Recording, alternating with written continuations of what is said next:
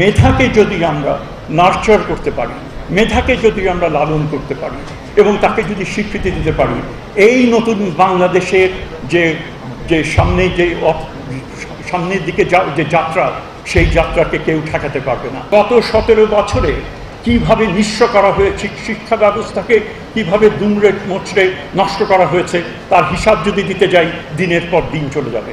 সেই হিসাবে আমি যাব না, আমরা সামনের দিকে তাকাতে চাই।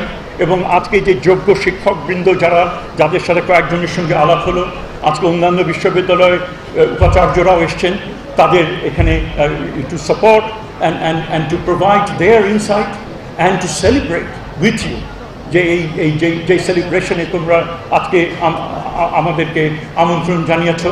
আমরা মনে করি দিস ইজ সার্টেন, এটা খালি নোয়াখালী এই বিশ্ববিদ্যালয়ের এটা সেলিব্রেশন না, এটা পুরো সকলেরই এটা একটা সেলিব্রেশনের বিষয়।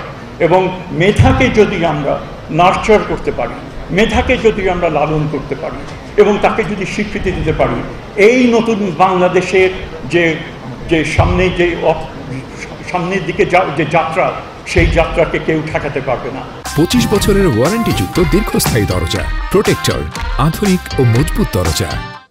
আমি মনে করি, আমি সবসময় যেটা বলি, আমাদের যে শিক্ষার ক্ষেত্রে একটা বড় আমাদের সকলের এনগেজড হতে হবে এবং সকল যে অংশীদার, কেবল রাষ্ট্র না, প্রাইভেট সেক্টরের এখানে ভূমিকা রয়েছে, এখানে বিভিন্ন সমাজের বিভিন্ন অংশে এখানে ভূমিকা রয়েছে এবং তারা যেন শিক্ষার গুণগত মানের উপরে তারা যেন জোর দেন এবং যারা শিক্ষার্থী তাদের সুযোগ সুবিধার উপরে যে তারা যেন একটু সকলে মিলে এগিয়ে আসেন, তাহলেই আমরা আমাদের সেই যে বৃহত্তর যে গোল, বাংলাদেশে যে নতুন বাংলাদেশ যে গড়ার গোল, এই যে বৈশ্বিক যে নানামুখী চ্যালেঞ্জ যেগুলো আমাদেরকে ফেস করতে হচ্ছে, একদিকে ইউক্রেন ওয়ার ছিল, এখন আবার মধ্যপ্রাচ্যে আমরা সেখানে আরেক যুদ্ধ সেখানে শুরু হয়েছে, নানান রকমের সংকটের মধ্যে রয়েছে। এই ধরনের একটা অস্থির বিশ্বে আমাদের অবশ্যই তারপরেও আমাদেরকে এগিয়ে যেতে হবে এবং এই ক্ষেত্রে শিক্ষার কিন্তু কোনো বিকল্প নেই।